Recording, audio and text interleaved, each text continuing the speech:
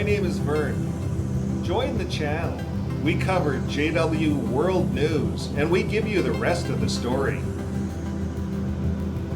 Today we're going to the Watchtower and we have lives on Tuesday nights and Saturdays and an excellent community. So join the channel and watch as we crash into the Watchtower. Here it is. I see it coming. Woo!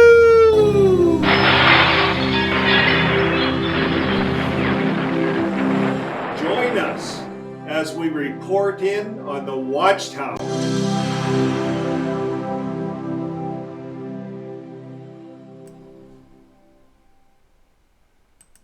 Welcome back. My name is Vern, and today we are covering the faithful and discreet slave with a couple of big question marks.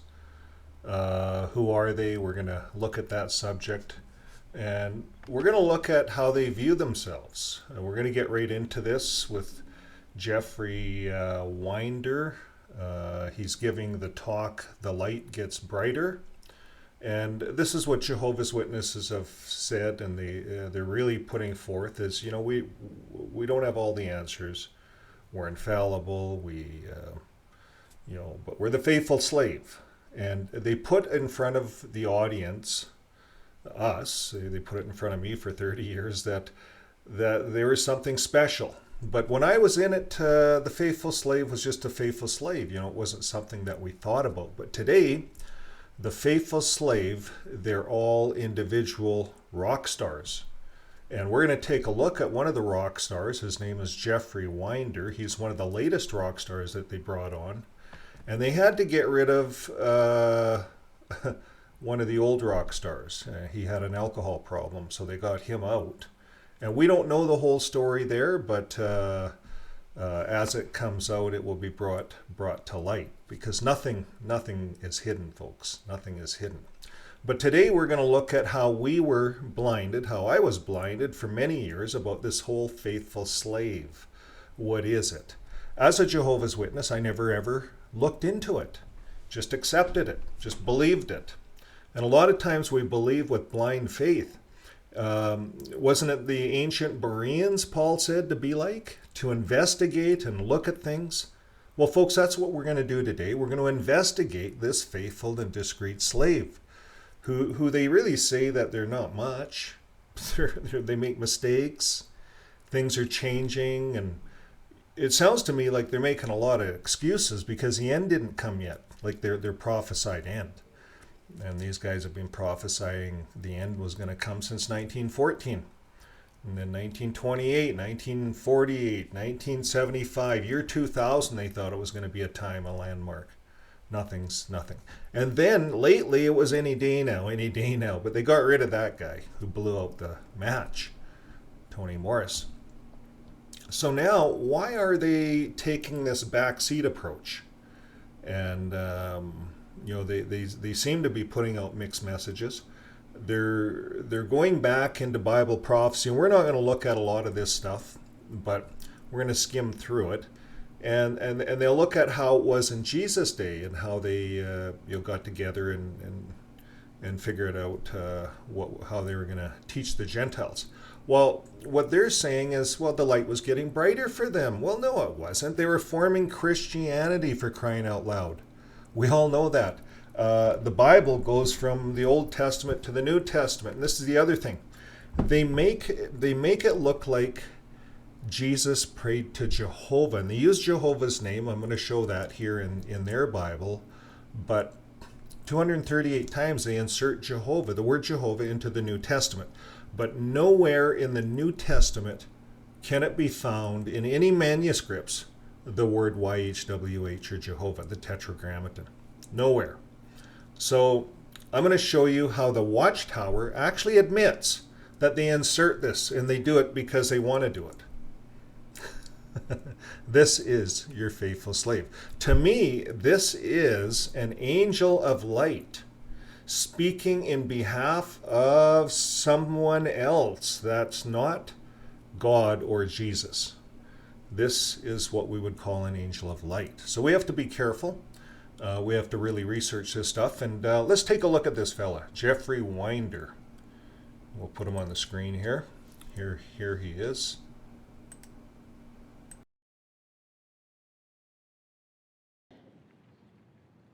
So this is what we know from the scriptures and from our own experience as well about how the light gets brighter in modern times. It comes about by means of the Holy Spirit through his channel of the faithful and discreet slave.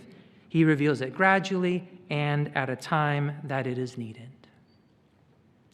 Well, knowing this, then, we are not embarrassed about adjustments that are made, nor is an apology needed for not getting it exactly right previously. We understand this is how Jehovah operates. So you notice he said there's no reason for an apology, because he's admitting that they got it wrong. You see, these guys are coming out and admitting, yeah, we got it wrong, but there's no reason for an apology. We're not apologizing. You see, if they apologize, they have to pay out lawsuits because, if they change their blood doctrine, which they are, by the way, it's going to change. We know it is, because they are no longer a religion in Norway and other parts of the world, Australasia. These later on in the program, they're going to talk about Australasia. They're being questioned as a religion. We're going to talk about that in another video based on this annual meeting. But for now, we're talking about how these guys are representing themselves.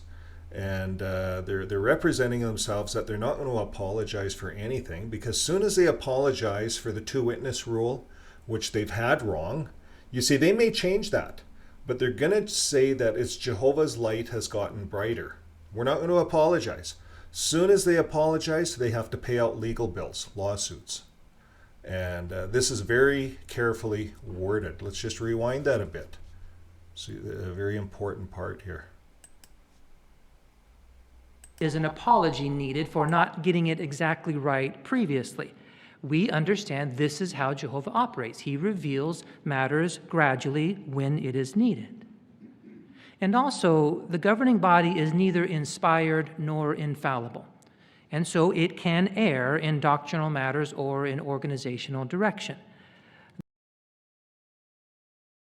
So he's preparing the audience, the Jehovah's Witness audience, for change. There's some change coming. This is just the start of it. He's preparing the audience that we're not inspired. Imagine that they're not inspired. Now, for all of these years, I was led to believe that the faithful and discreet slave, these guys, the governing body, are inspired. They make it sound like they're the channel that Jehovah works through. Does that not mean inspiration? You see, when they're speaking in behalf of 8.5 million now people for God, would they not have to be inspired? He's saying no, he's not inspired. So if he's not inspired, then who's inspired? Who am I following? You see, that's why so many of us are leaving or have left, because these guys are not inspired, and they're admitting it. And that means there's new news coming out later. So let's just rewind that a bit. Listen to this. And also, the governing body is neither inspired nor infallible, and so it can err in doctrinal matters or in organizational direction. The brothers do the best they can with what they have and what they understand at the time, but are happy if Jehovah sees fit to clarify matters, and then that can be shared with the brotherhood. And when that happens, we understand it's because it's Jehovah's time for that to happen, and we eagerly accept that. So let me ask this question, Jeffrey Winder, and take that back to the guys. If Jehovah's going to make his light brighter at a future time, and it sounds like it's through you guys, and you just said you're going to share it with us, does that not have some? Don't you have to be inspired? Come on, I'm going to work you over on that inspired point. Because where are you getting this BS from if you're not inspired by Jehovah, by God? Where are you getting it? Who's feeding you this stuff? Where's the inspiration coming from? You're not inspired. You see, folks, I think they're preparing the audience for a lot of bigger changes, because if they want to keep their business model rolling out in the world, There's too many lawsuits. The two-witness rule has to go. And they're going to say, yeah, we got brighter light. They're preparing the audience for this. Let's keep going on this. But now back to our original question. Okay, we understand these things from the scriptures, but really, how does it work? When the brothers are meeting together, how does Jehovah help them come to a better understanding of things? Well, that's an appropriate question because Jehovah does not intend for it to be a mystery or overly secretive. In fact, in his inspired scriptures, he reveals examples of when understanding was clarified in the Christian era. And a notable example is around 49 CE when clarification was needed regarding the requirements for salvation. And specifically, the question was, would Gentile males first need to be circumcised and submit to the Mosaic law in order to... I'm gonna speed this up. He gets into the whole... What happened? It says the fully, this whole but they meeting were... here. And this is this meeting when Paul was making the new religion.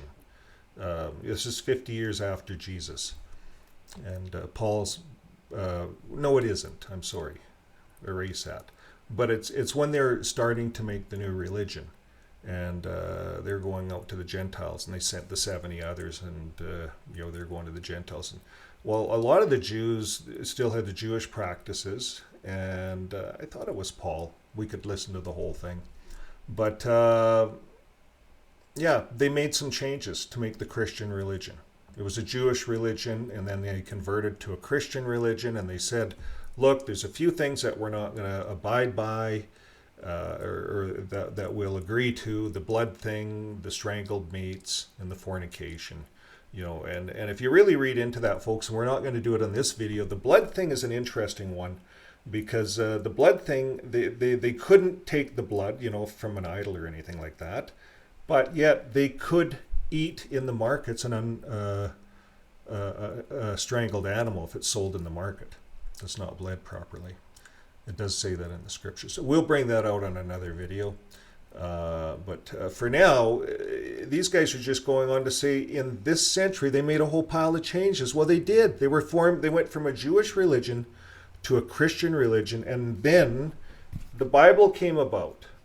Paul wrote a whole pile of books forming the Christian religion, and it's done. It was sealed. This book was sealed in about 500 CE, 500 years kind of thing after Christ, almost 480. So it's done. So why does Jehovah's Witnesses need to use this and other illustrations to say, hey, light's getting brighter? Because the light's already in here. There's no secrets, folks.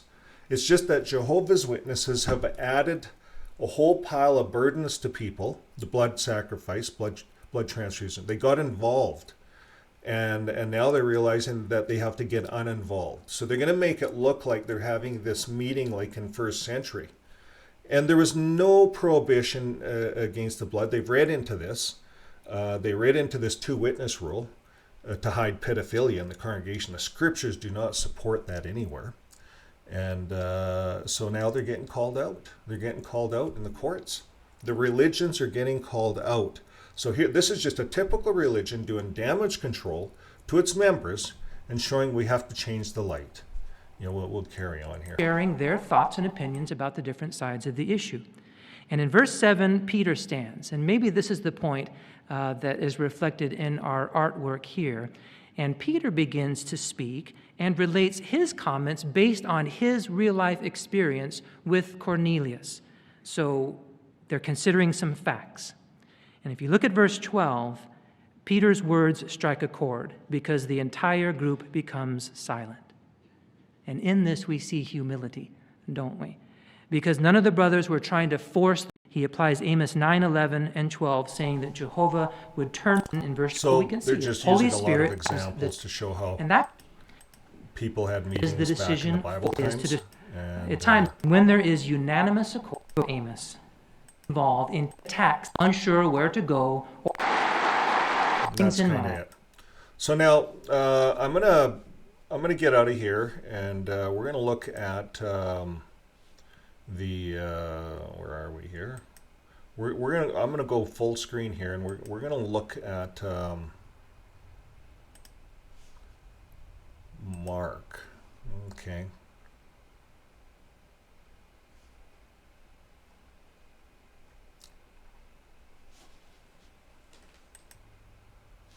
Yeah, the reason I'm here, Mark 10 and 29. Jesus answered, "This is first, hear, O Israel, Jehovah our God is one Jehovah. You must love Jehovah your God with your whole heart and with your whole soul, with your whole mind, and with your whole strength. And the second, you must love your neighbor." You see, those are the two greatest commands. Well, you see, this is not in the Bible. They put the word Jehovah in here, and Jehovah's Witnesses have done that 238 times. The governing body, I guess, and they said they're not inspired to do this, but yet they're doing it. They're changing what I thought God had already made, the Bible, way back when. But yet they're putting Jehovah in 238 times. And folks, if you're PMO just coming out and looking at this, this is really good to look at. It's easy just to Google it, divine name, the Bible, New Testament. It's all over. It's so easy to research. It says God has a personal name, YHVH, like Semitic names in general. And it was intended to reflect something that bears character. So it talks about this God's name, the divine name. And it says the divine name in the New Testament, it says in a word, no. The divine name, YHWH, does not appear in any New Testament text, nor does the New Testament writer allude to it. So there's nothing. You can go to Wikipedia. It talks about it there, and it said there's nothing there. The extant New Testament manuscripts, it says no extant manuscript of the New Testament, not even a mere fragment, contains a tetragrammaton in any form. In their citations of the Old Testament verses, they always have my Lord or Lord. That's what this is. Krios, I think. I'm not a scholar, but this is so easy to research. So who gave them the authority to put Jehovah in here? So I went back, and I'm in the Watchtower Bible here. This is the latest one here. So we're in Mark here, and we're going to go down to 29 there again. Jesus says, "The first hero, Jehovah our God is one Jehovah. You must love Jehovah with your whole heart." You notice the end here, there's an X, a little X. Well, you can go in there and you can find some extra scriptures. And you can go over here and on the side note here, you see the panel bar. I'm going to pull myself off. Okay, so you see Jehovah in this quote. And I had to go way down to find this. Then you go to Appendix C. Okay, now here we are. Here's where they admit it, that they did this.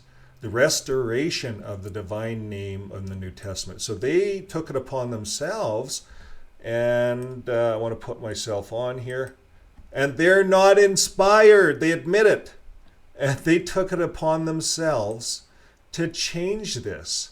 And they're even asking you as the audience, you and me, where should the divine name be restored? Where should it be put in the 238 times? And they go to give all their reasoning where it should be restored to their idea. This is what they think. But here they're not inspired. There's no scholars. But yet they went ahead and did this. So just a side note. Now we're going to move on. The divine name is nowhere in the New Testament. So when you read the Jehovah's Witness Bible, Jehovah equals Watchtower. They've changed it. Jehovah, Jesus never ever used the name Jehovah. We're going to run some other videos on that. There's got to be a reason why, but that's another topic. Now, I'm going to move to the faithful and discreet slave.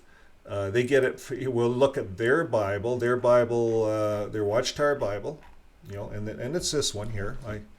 I have one here too.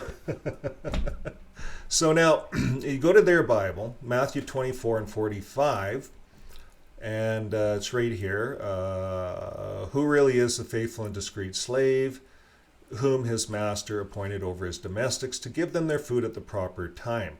So I look at the little star here. Well, discreet is actually or wise. So let's read that differently. Who really is the faithful and wise slave? You see, it kind of reads differently. And that's how I went back to the other Bibles. I'm going to put one up here. This is a new revised version of something that just came up on the Bible Gateway, and it says, "Who then is the faithful and wise servant who his master set over his household to give them their food at the proper time?" So now this changes the whole meaning. A faithful and wise servant whom his master set over his household, my household. So I'm a wise servant. You see, who is a wise servant? You see, now it changes this whole thing. It's not some group of guys. No, that's not what this is talking about.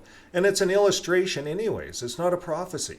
So we go back to the JW Bible, who really is a faithful, discreet slave. It changes it. Discreet, wise. I think why should you change the Bible? These guys are not inspired, but they go ahead and change it. Who his master appointed over his domestics to give them the food at the proper time. And you can go there, and they pull up another cited scripture, and they said, who really is the faithful steward, the discreet one, who they're going to Luke, another account of this, that talks about the faithful master. So Matthew, Mark, Luke, you'll see mirrored or parallel accounts of the Gospels of Jesus. Now, let's get back to this. Now we're going to go to a real Bible so we can get a real idea of this whole thing. And I like to go right to kind of the beginning, the whole chapter. Look at the whole chapter of the Bible. So the whole chapter, Jesus foretells the destruction of the temple. He's giving signs of the times. And that was signs of the times in those days. And 50 years later, the temple was knocked down. So they lost it was a financial ruin to the system. Imagine that the Romans came in, like Jesus turned over the money tables. He was against Yahwehism. He wasn't using Yahweh. He wasn't using that name. He was against Yahwehism. It was about sacrifice. And if you go all the way through the Bible and all the way through Jehovah's Witness religion, it's about sacrifice. The whole religion is based on sacrifice. Well, Jesus was against that, turns over the money tables, throws out the money changers. They killed them over it. That's a short form of the story. And 50 years later, the 70 CE, the Jewish temple was taken over by the Romans, and they lost their financial structure. It was taken over. It was gone. And that's happening today. The Watchtower religions are losing their financial structure.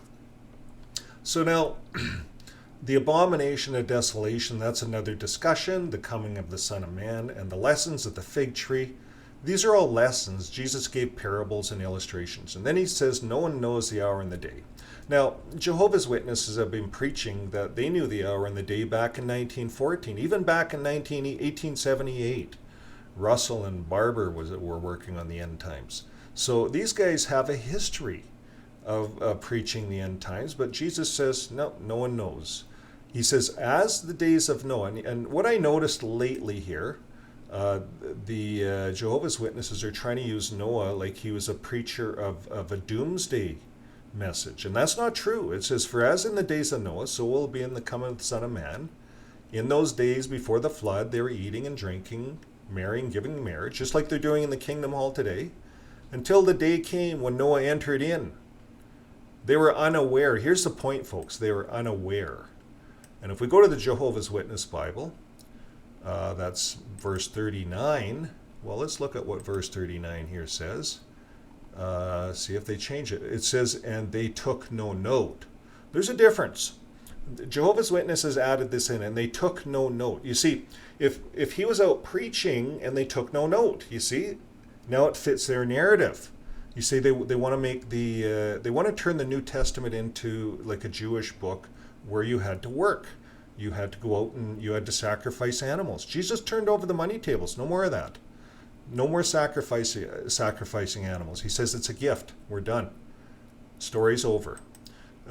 So if you go here into a real Bible, and they were unaware. There's a difference to being unaware and they took no note.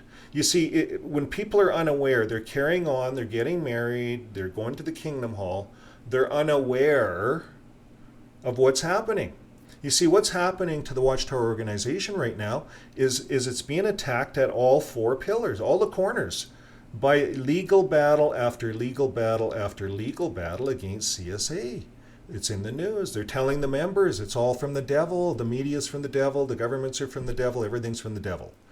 That's what Jehovah's Witnesses preach to the members. We see it over and over again. But here, they're unaware. The Jehovah's Witnesses are unaware. That's what it's saying. There's no warning. No one knows when that's going to happen. And that's what Jesus says. No one knows concerning the day and the hour. Up here in verse 36, no one knows. No one knows. Just like in Noah's day, they were unaware. No one knew. He went inside. No one knew. But Noah was a preacher of righteousness. He wasn't a preacher of doom. Jehovah's Witnesses have taken this narrative and twisted it. And then it says, until the flood came and swept them all away, so will the Son of Man be. And then it goes on to talk about the two men out in the field, and know this, that the man, if you're not aware, and the woman on the roof type thing. So then in verse 45, it's kind of a new paragraph. Who then is the faithful and wise servant, whom his master has set over his household, to give them their food at the proper time? It's a question mark in the parable, and it's a question mark in the Jehovah's Witness Bible. Let's go right there, right here. Who really is the faithful and discreet slave, they call it, but it's the faithful and wise servant. You see, it's different. No one likes the word slave. That slavery was done away with years ago. Why is Jehovah's Witnesses bringing this back into the picture? The Bible does not say that. It says here, faithful and wise servant. It sounds better, and that's what the Bible says. So they've changed it. But at any rate, it's a question mark. It's not a prophecy. There's nothing in the Bible, nothing in the Old or New Testament that talks about this being a thing. A thing in the 2,000 years later. It's going to be a thing. This up is going to rise as faithful and wise slave. Servant, nothing. You see, let's read through this and really get the sense of it, folks. And we'll use it from a real Bible. So it's a question mark. I have it highlighted there. Now it says, blessed is that servant whom his master will find doing so when he comes. So blessed is you and me. We're the servants. We're wise servants, I'm hoping. And in verse 47, truly I say to you, he will set him over all his possessions. So what is his possessions? Well, whatever that may be, if we do a good job. But it's all pending if we do a good job now, while we're here, while we're on earth, before we die, whatever the case may be. That's what this is about. Verse 48, but if that wicked servant says to, verse 47, truly I say to you, he will set him over all his possessions. But if that wicked servant says to himself, my master is delayed. So it's talking about, in the next breath, a wicked servant saying to himself, my master has delayed, and begins to beat his fellow servants, eats and drinks with drunkards. The master of that servant will come on a day when he does not expect it, an hour he does not know. He will cut him in pieces and put him in with the hypocrites.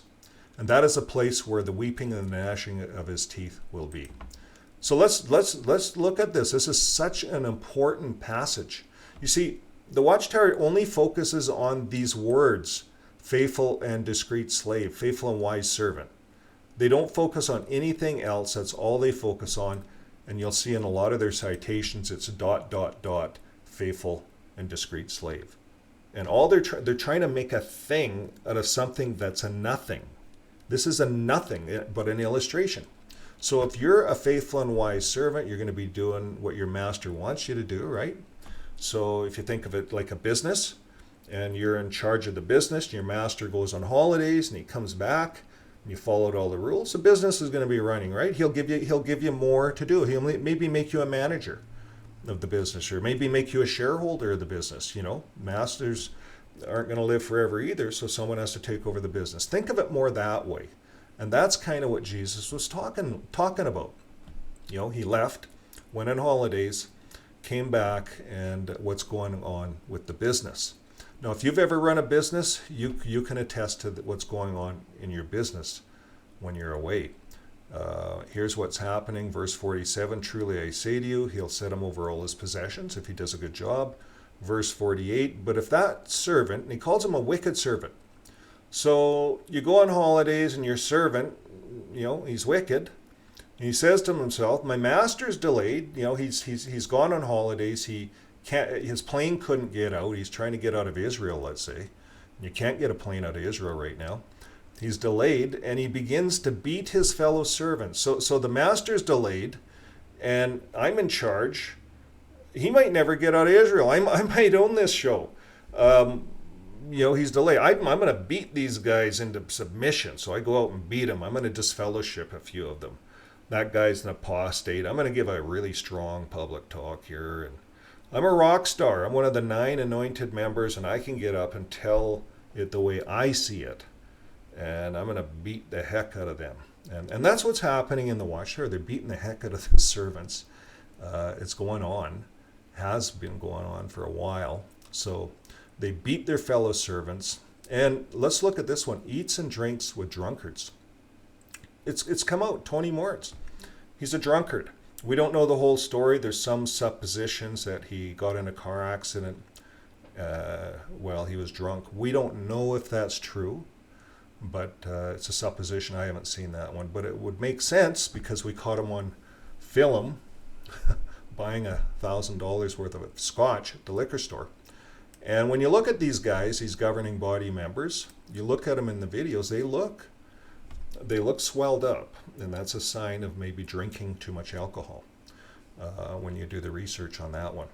I, myself, was a Jehovah's Witness, and I could show you all kinds of my old pictures, and I was all swelled up. I drank a lot of wine. A lot of the elders drank wine. A lot drank scotch in our congregations too, but everyone drank. Jehovah's Witnesses are big drinkers.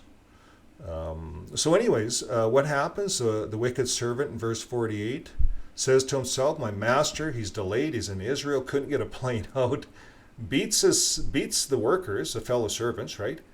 And he eats and drinks with drunkards. Tony Moritz comes in with $1,000 of scotch, governing body, we're just going to drink, man. And the master of that servant will come on a day when he does not expect him, and an hour when he does not know. Because you know what? The planes weren't flying. He took a ship. And they didn't know he got on a ship, and he just showed up. And all this was going on. You guys are drunk.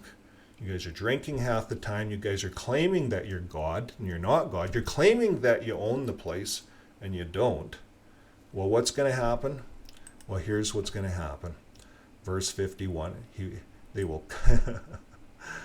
he says he will cut him into pieces and put him with the hypocrites. See, it's referring to a him, folks. It's not referring to this governing body anyways. It's talking about a servant, how we look after our households, our people. If we have a church or businesses or whatever we're doing in life, how do we treat our fellow servants, our fellow workers that are working side by side with us? Let's say we do work in a company and the boss does go on holidays. And we're giving the keys to the workplace. How do we treat everyone else? Do we lord it over them? Or do we work together and keep the business rolling without the master there? So this is really the lesson I see. And it says when the master comes back, he will cut him into pieces, put him in with the hypocrites. So you think of the Watchtower, the master's coming back, cutting him into pieces, sued left and right, it crumbles. And they're put on the news right now. You plug in Watchtower Jehovah's Witnesses, it's put in with the hypocrites. It's put in with the Catholic Church when it comes to pedophilia and how they cover all of this stuff up. So, folks, this is the rest of the story on what the Bible says, the whole Bible says regarding a faithful and wise servants. Let's look at this as for what it is. It's a faithful and wise servant. You and I can fit that role. We should fit that role. As we grow in life, we get more privileges. We maybe get married, have a family, and we become a servant. If you ever raise kids, you're a servant to your kids. But there's so many lessons here. But this is not a prophecy. This is not a prophecy about a group of 9 men 2,000 years later that are saying, well, we've got a lot of things wrong, but we're the wise servant, but we're not inspired, we're fallible, we make mistakes. You see, this is the signs of a cult, folks. And if we really look at it, 9 men claiming they're the funnel to talk to communicate with God or Jesus, That really says something, doesn't it? But anyways, folks, we'll have more of these episodes coming out. I hope that regarding the faithful and discreet slave, I hope we covered that. And it's really not a faithful and discreet slave. It's a faithful and wise servant. And they admit that in their own Bible. They admit in their own Bible that they've inserted the word Jehovah 238 times. And when we really look at this whole thing, it's just one big, I call it a mess, but it's one big business. And it's a big business, a huge business designed to keep people in it, keep people fearful, and keep people believing that Jehovah is them and they're the only ones doing God's work. That's what they're trying to portray here. So follow along, folks, and we'll keep you abreast. We're going to have more of these because this annual meeting had a lot of points, and there's a lot to break apart. So thanks again, folks, and until next time, keep living your life with love. Bye for now.